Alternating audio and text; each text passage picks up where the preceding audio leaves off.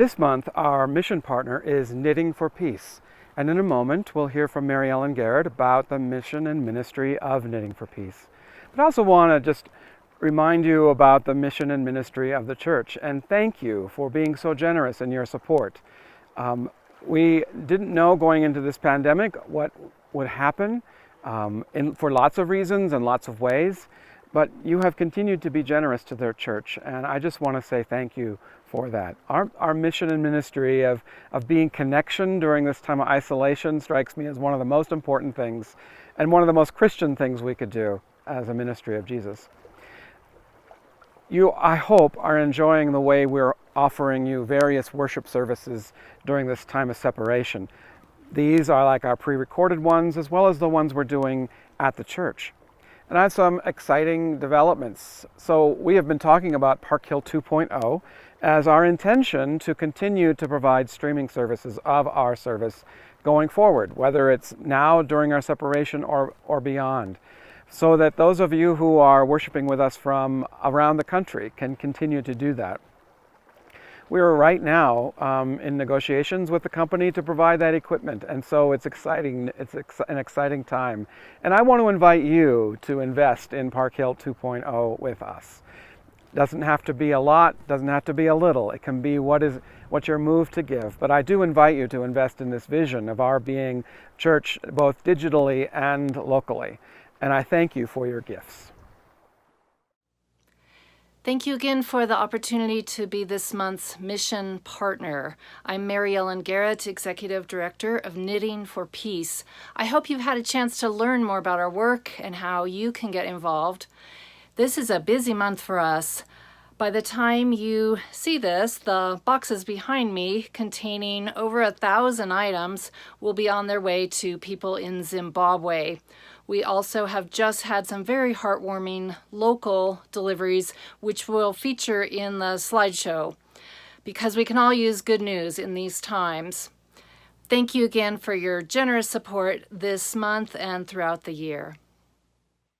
We had a super enthusiastic response from our local makers, and here's the joyful handoff of the 51 blankets and quilts at the Action Center, who is about to open a new shelter for Red Rocks Community College students. Other local deliveries: baby blankets to NICU, hats to the Rocky Mountain Cancer Center, and shawls and lap blankets to the UC Health Oncology Infusion Center, connected by Kathleen Marsh.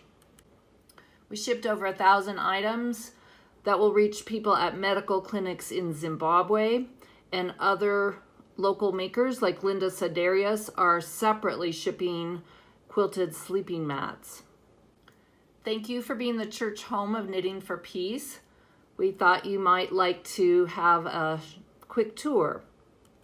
On the ground floor, you may have seen our displays. Our 2-room offices are upstairs next to the music department. First room, receiving room. Here we open packages and sort and count items. Yarn that's donated goes to community groups. Pre-pandemic, we used to love the friendship and camaraderie of working together. Now we have only one person at a time working in each room. Surfaces are sanitized before and after use, and we coordinate our work schedules so we are not there at the same time as Billy doing her music rehearsals.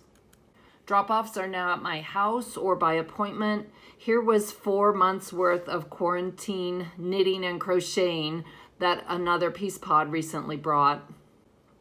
Next door is our office, where we put together shipments and deliveries and store our merchandise. We have bins for all the items. Here's bins for Peace Pals, scarves, and some Bronco color or Sacred Lakota colored items. Hats, prayer shawls, baby blankets. So we put the items together for local deliveries or for shipments. That photo on the right shows you about the size of one local delivery in the winter. That is our busiest season for local deliveries. So that is why we have a storage unit in addition to these offices.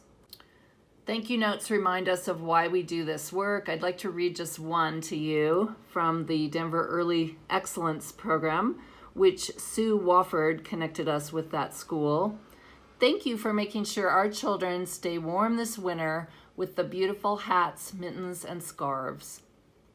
Individual donations are our main source of support, and our main costs are to part-time staff, the storage unit, shipping, website and email hosting, outreach, and communications. Thank you very much.